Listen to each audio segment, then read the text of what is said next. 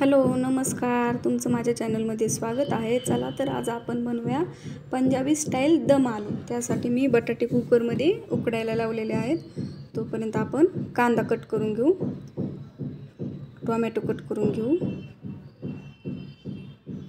आमची सुरी जरा थोडी मुडदांडच दिसती, चलत नाही. असो, आता कढई गरम करून घेऊ आणि कढईमध्ये थोडंसं तेल टाकून घेऊ.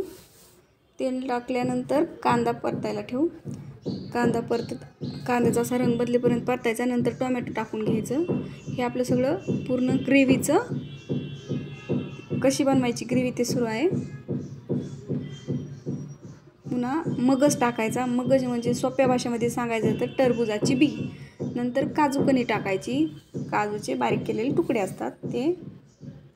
हॉटेलला पण अशा टाईपच बनवतात.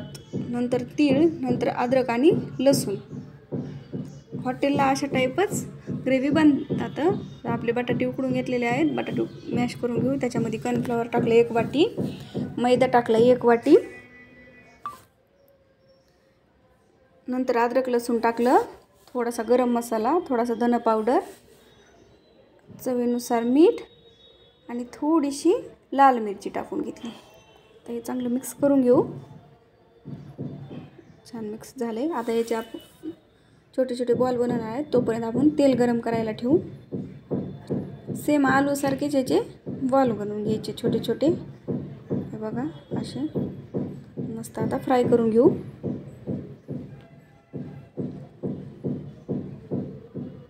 लो फ्लेमवर छान असे मस्त फ्राय करून घ्यायचे. बघू शकता. आता आपण बनवून घेतलेली ग्रेव्ही त्यातलं तेल काढून घेऊन त्याच कढईमध्ये टाकून घेऊ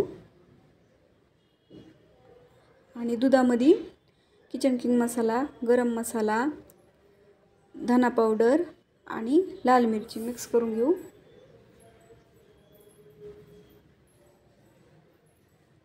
छान असं मिक्स करून घ्यायचं. बघा ग्रेव्ही अशी तेल सुटेपर्यंत छान परतून घ्यायची. नंतर मसाले टाकून घ्यायचे. बघा मसाले टाकून घेतल्यानंतर मी मस्त तेल सोडले. आता फ्रेश अशी क्रीम टाकून घेऊ.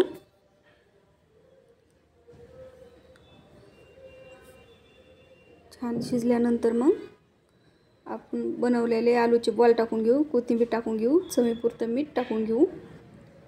बघा मस्त असा पंजाबी स्टाईल दम आलू तयार आहे.